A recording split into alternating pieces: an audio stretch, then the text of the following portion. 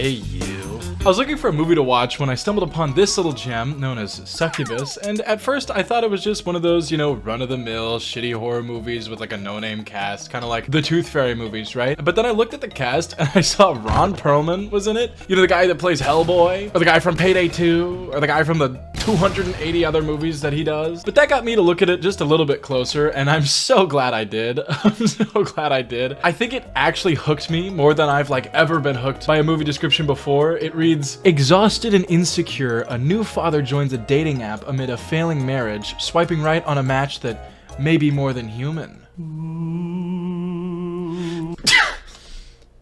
Holy fuck, I think it just possessed me. I mean, that just sounds like hilarious, right? I feel like I had to watch it. And I'm gonna be honest, it wasn't bad. Like, I'd feel bad saying this is a part of bad movie night, but it wasn't good either. Like, I don't know, it was a very mediocre movie. It had some really cool shots, but it was just mid.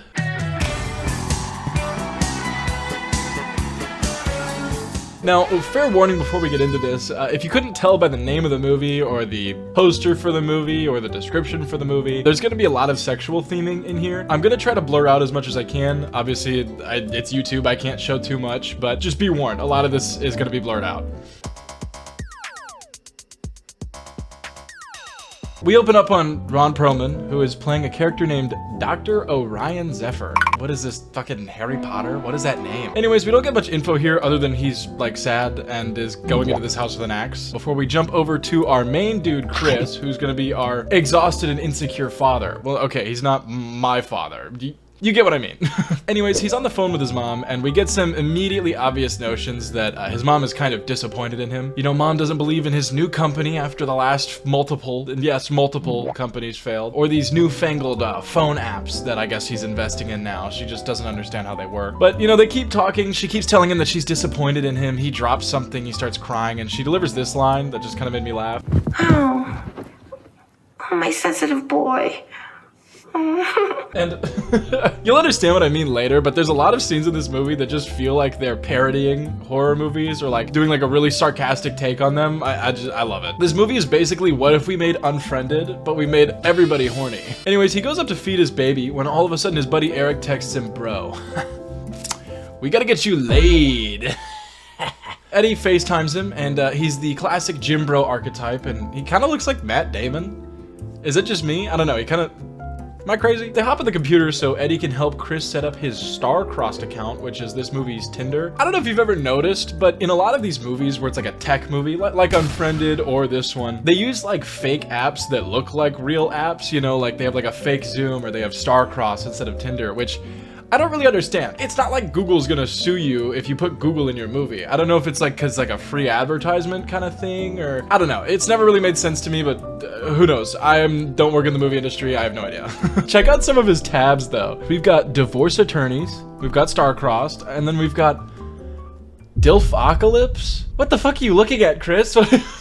What is Dilfocalypse, you dirty dog? They update his profile and Chris gets a little angsty because while him and his wife are separated, he's worried that, quote, I'm gonna find someone younger and hotter and lose perspective. Which, like, I get what he means, right? He doesn't want to look like that creep that's going after the 20-year-old. But why wouldn't you just set an age range? There's no way this app doesn't have an age range. Like, what's the point of using a dating app if you're not looking for somebody attractive? Is he just, like, looking for somebody that's kind of attractive, but not really? Or is he looking out for ugly people? I don't really understand what he means by this. But this is really just alluding that he's still very clearly in love with his wife and just coping and being goaded into making this account by his friend Eddie. You know, he gets on the app and immediately starts swiping right to everybody. Absolutely everybody he sees, doesn't matter. He doesn't even regard the age thing that he mentioned 5 seconds ago because he swipes on a fucking 19-year-old. But in his desperate swipes, he accidentally matches with a real-life friend of him and his wife, Caroline, who immediately DMs him on Linkverse to ask why he made the account. I feel like this movie is very in-your-face about the anti-cheating message, which is a good message, don't get me wrong. If you cheat,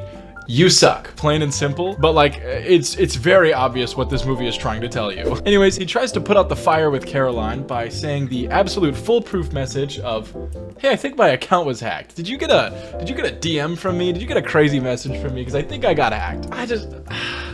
Oh my God. God. Luckily, even he understands that that's like the stupidest thing you could possibly send somebody, and he deletes it. But Sharon, his wife that he's separated from, calls him, and you know, he starts freaking out. He's like, Eddie, dude, I'm cooked, man, I'm cooked. But luckily, it's a false flag, and she just wants to check on their baby.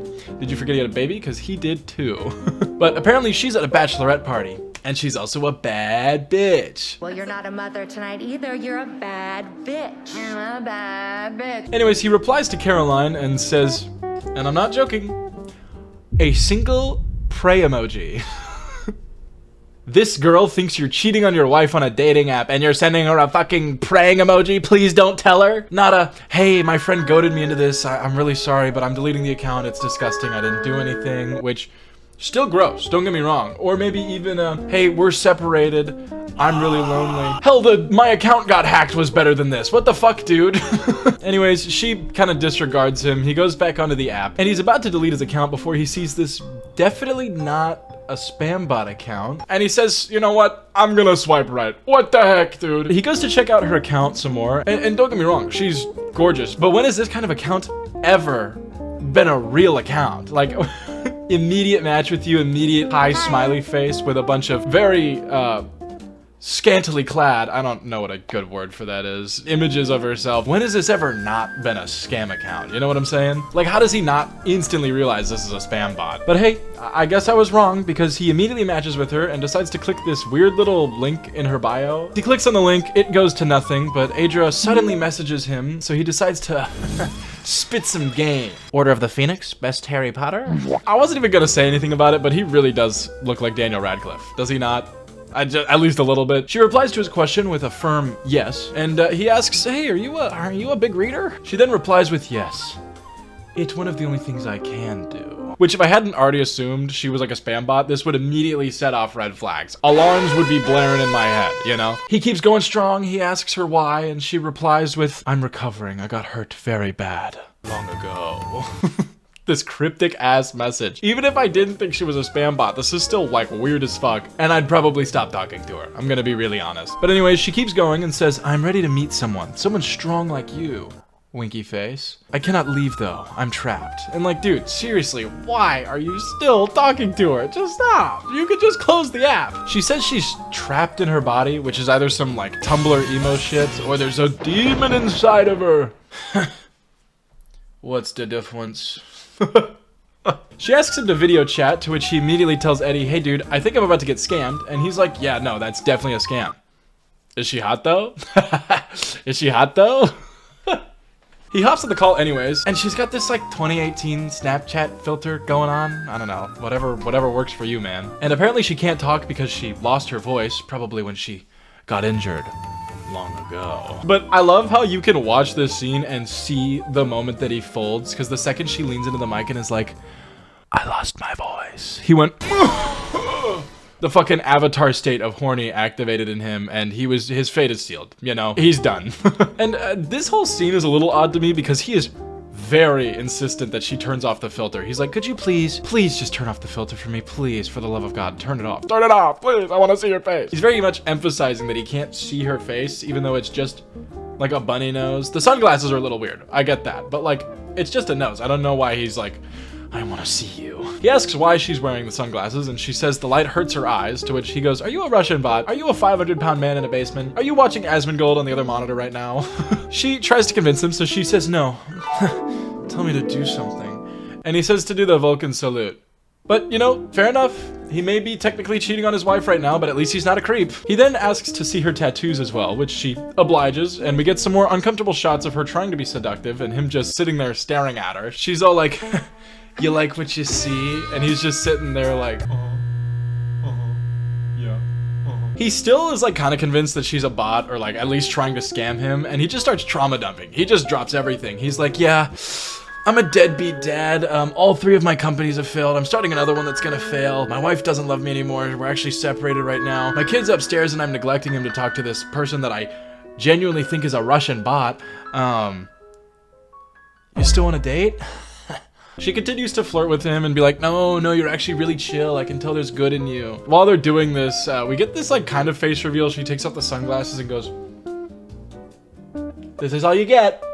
But her face like it distorts throughout the whole movie. When she's on these screens, her face is always like distorting and freaking out, which, you know, it could just be like camera lag, right? That could be what they're trying to do there, but it's very obviously intentionally showing that she's kind of weird and not fully human. On this call, like 10 minutes into them and knowing each other, she invites him to her house, which, just a tip for my guys out there and my gals that swing that way. If she invites you over to her house on the first day that you match, within like the first 30 minutes, do not fucking go. Do not go. I don't know how much I can emphasize. Don't go. If they're giving you red flags, it's not worth it. It's really not. But anyways, she keeps trying to tell him he should come, and he starts debating it heavily. He's like, you know, she is pretty hot.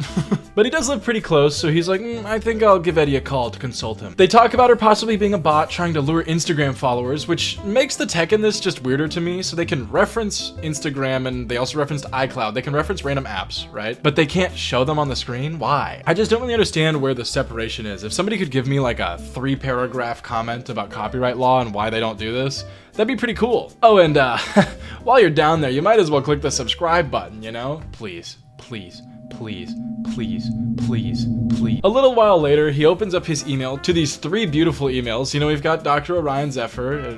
He doesn't really matter. It's the dude from the beginning. Remember him? But more importantly, we've got his order of girth and length penis enlargement pills and his lonely mom's email. And I mean, what more could a guy want, you know? Like, I feel he's living the life. Anyways, he tells her he can't come, and the lights start flickering, and a painting flies off the wall. Did you forget this was a horror movie?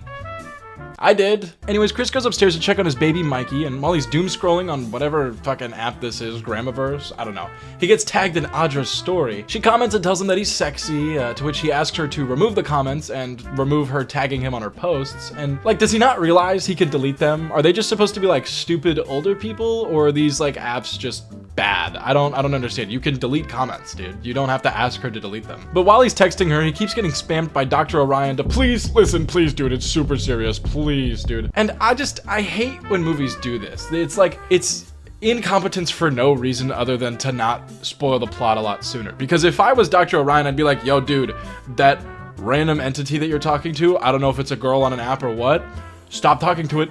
It's a fucking demon. And like, yeah, he might be like, oh, that's weird. But I feel like if you matched with somebody on Tinder and things were going strangely well with her and she kept asking you to come over, and then you got a text from a random number that was like, stop interacting with that account, she's genuinely a demon, I'd probably be a little on guard. I'd probably be like, maybe I should keep scrolling. Maybe I should keep swiping. Maybe I just shouldn't risk it, you know?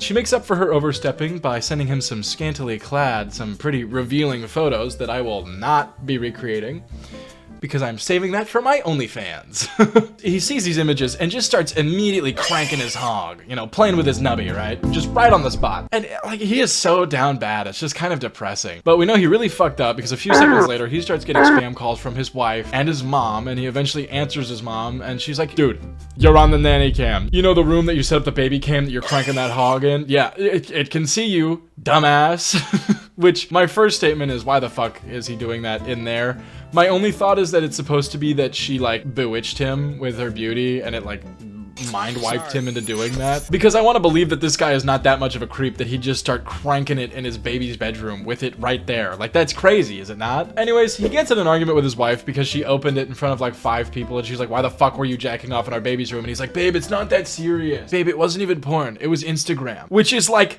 so much worse.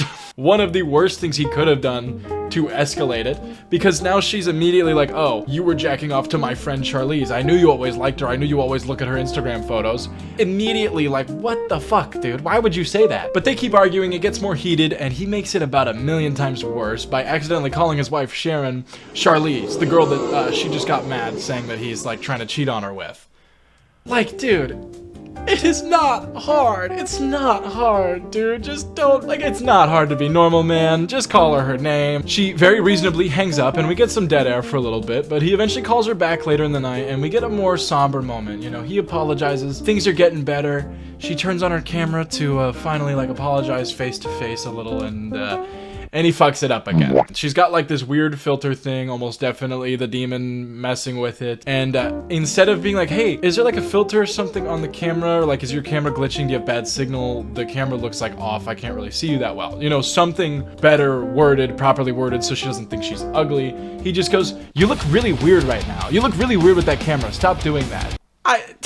This has to be the dumbest dude I've ever seen in my fucking life. Like, but after this train wreck, he finally gets in contact with Orion, who gets him into a call with some very cryptic messages. What you're engaging in is very, very dangerous. But again, it's just more cryptic messages that only exist to confuse the main character so the movie can last longer. I hate when movies do this. Orion continues to say more and more cryptic shit like, I've tracked your house, I'm coming over, and have you started to talk to somebody new? And I'm like, yeah, you! What the fuck do you want from me, man? Stop talking to me. Anyways, we get a lot more context from Orion because we're clued in, and obviously Adra is very evil and a demonic origin. But of course, Chris is stupid and assumes that this guy, Orion, is actually the one that hurt Adra from a long time. But anyways, he hangs up on Orion because he's getting the creeps, and he calls her back, and she starts putting on the waterworks, you know, convinces him Zephyr is bad. But while she's, you know, putting on the works, trying to make him feel bad for her, he goes in his email and sees that somebody hacked into his Star-Crossed account and told Adra that he's on his way. So they're both freaking out now. She's like, oh shit, Orion's coming, and he's like, oh shit, Orion's coming. He keeps saying like, oh shit, I'll call the police, I'll do whatever, I'll help you. And she goes, no, don't call the police, it'll be worse for me. Which I don't understand how he doesn't see as a massive red flag. I feel like if you're talking to somebody and you're trying to help them from somebody who's coming to like murder them, and they go, don't call the police, it's gonna be worse for me, that's probably bad. If the police are gonna side with the dude that's supposedly coming there to murder you, probably not a good sign. But anyways, Orion keeps sending him like audio files and videos of this gross ass goat birth. The video itself isn't super important. It's just basically showing that Adra is this like demonic entity that tried to be birthed like 100 years ago or some shit. But later on, we find out Eddie was actually the one that hacked his Star-Crossed account, and he is headed over there to bag Adra since Chris is too chicken. Chris gets like super pissed because obviously he still wants to bone Adra, and he's like, Eddie, if you value our friendship, don't go. And so Eddie's like, fine, dude, I won't go. But right as he hangs up, he gets another call from Adra, and this time things get a little freaky. I obviously can't show most of this scene, but they start to get a little spicy, right? She takes off her glasses, and I don't know why, but I just started dying laughing at this shot. Wow. I love your eyes. Like, he looks like the Deep from that one screenshot, does he not? This whole scene just has some hilarious shots of him. She gets him to like kiss his monitor. He's like leaning up to the monitor. He's like, okay. Like, dude, you cannot be this down bad, man. Props to this actor, man, because I do not think I could hold it together while trying to film a scene like this. But he takes his shirt off, they keep going, and he starts like going down on his laptop. What the fuck am I watching? Like, what is this movie? And the worst part is, we actually get some pretty sick shots, like this one of him falling back into his chair, and it like slowly morphs into the bed as he falls back. Like, that's a pretty cool shot. But then it gets laced with the like worst story you've ever read in your life. But they start getting into it, and is this like Discord e-sex? What the fuck? I feel like I'm intruding. What? I feel unclean.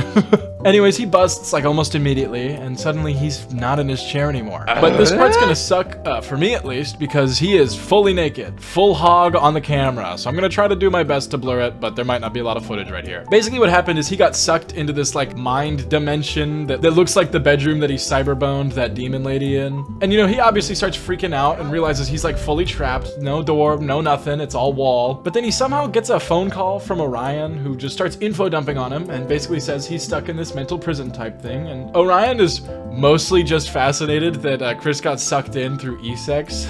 She got you through the computer. The fuck is happening? Through masturbation.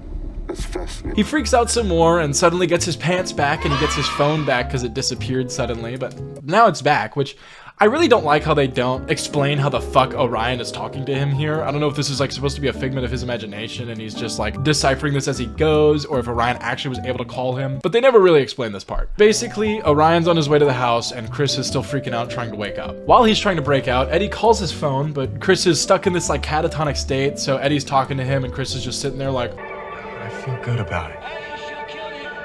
Eddie tells him that he folded and he's going to Adra's house anyways because he's trying to get some, you know? Which you can clearly see in this scene that he's been hypnotized by Adra's like love spell, and he's going there not of his own free will because he keeps going, I feel good about, no, I feel great about this. I feel clean. This feels like a good choice. So he's cooked. Eddie goes into the house, and yet again, we get a genuinely gorgeous shot. Like, this is sick as fuck, and they wasted it on a movie about cheating on your wife through Tinder. Why? But we see Audra in her full form now. You won't, but I do. And she tricks Eddie into entering the bone zone with this strange, fleshy amalgamation under the sheets. I can't show any of this scene because, again, full hog. But they do it, but she realizes he doesn't have any swimmers anymore. And because she doesn't like this, she rips his entire Mr. Beast off. I don't know why I called it that. She also rips the rest of his skin off, but that's not important. Eddie is like fully dead now, by the way. We get another crazy cool shot of them like juxtaposed to each other where she's on the roof all freaking out and he's like, oh shit. But like seriously, why is such a mediocre story put with such good cinematography? Like it feels really weird sometimes. But he tries to run and jump back into his body and falls into the void, putting him into a deeper coma. Orion eventually gets to the house and is about to put Chris out of his misery before his wife comes in and Orion has to hide around. She tries to call an ambulance because he's still just sitting there like, but is stopped by Orion and told to cancel the call. But yet again, Orion does a horrible job at explaining what's going on. His wife is super confused, but the demon helps her get the gun away from Orion, so she grabs it. And this is probably my favorite part in the movie. She shoots him like in the chest, right? He's like, you don't have the balls. And she just goes, pew! And he just slowly turns around and walks out of the house. He's just like, okay, fair enough. I don't know. All hope seems lost. Chris isn't waking up. That guy's bleeding out outside, I guess. Eddie's fully dismembered. Literally. But she gives him a single kiss and he awakens from his demon coma.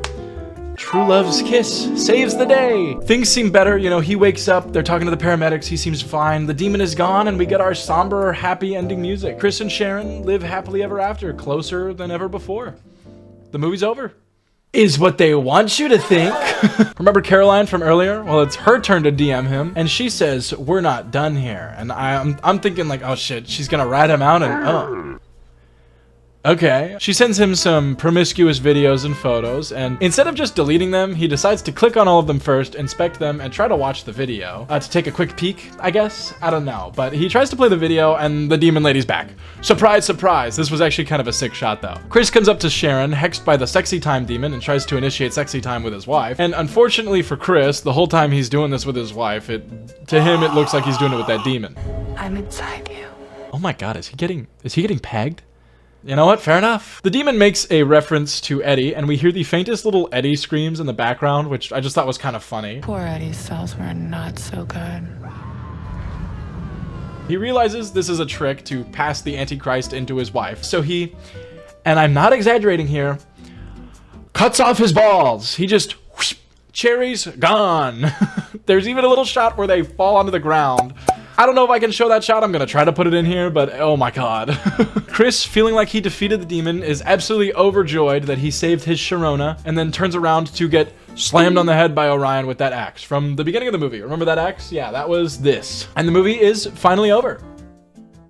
Just kidding. I got you. You thought it was over. This part's actually really short though. Basically, he lived, but he's in this like catatonic state. And while they're in this, his mom and his wife and Charlize come over and they're all talking. And you know, while they weren't fully able to reattach his yadas, they dropped this bombshell reveal that they extracted the sperm from them.